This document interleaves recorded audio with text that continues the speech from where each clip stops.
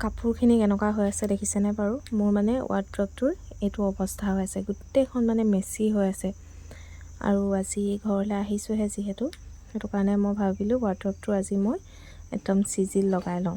তাৰপিছত আৰু বস্তু এটাও লৈ আহিছোঁ, চাব দেই আপোনালোকক কি বস্তু। এফালে এয়া হেঙাৰ লৈ আহিছোঁ মই, বাহঁতৰ সেইফালে মানে হৰেকমাল গৈছিলে, হৰেকমালৰ পৰা 12ডাল ল'লোঁ। আৰু ৱাৰ্ড্ৰপটোৰ কালাৰে আনিছোঁ নীলা, আৰু গোটেই কাপোৰখিনি উলিয়াই লৈছোঁ মই। এতিয়া ধুনীয়াকৈ জাপি ল'ম, তাৰপিছত আপোনালোকক দেখাম বাৰু জাপি দেই। আৰু এইফালে মোৰ জাপি পানী সম্পূৰ্ণ হৈ গ'ল।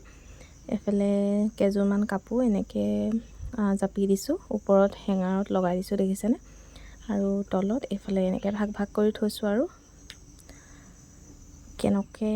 কেনেকৈ মই চিজিল কৰিব পাৰিছোঁ জনাবচোন আপোনালোকে। আৰু সেই প্লাষ্টিকৰ টোপোলাটোত মোৰ সূতা আছে, ৰঙা সূতা।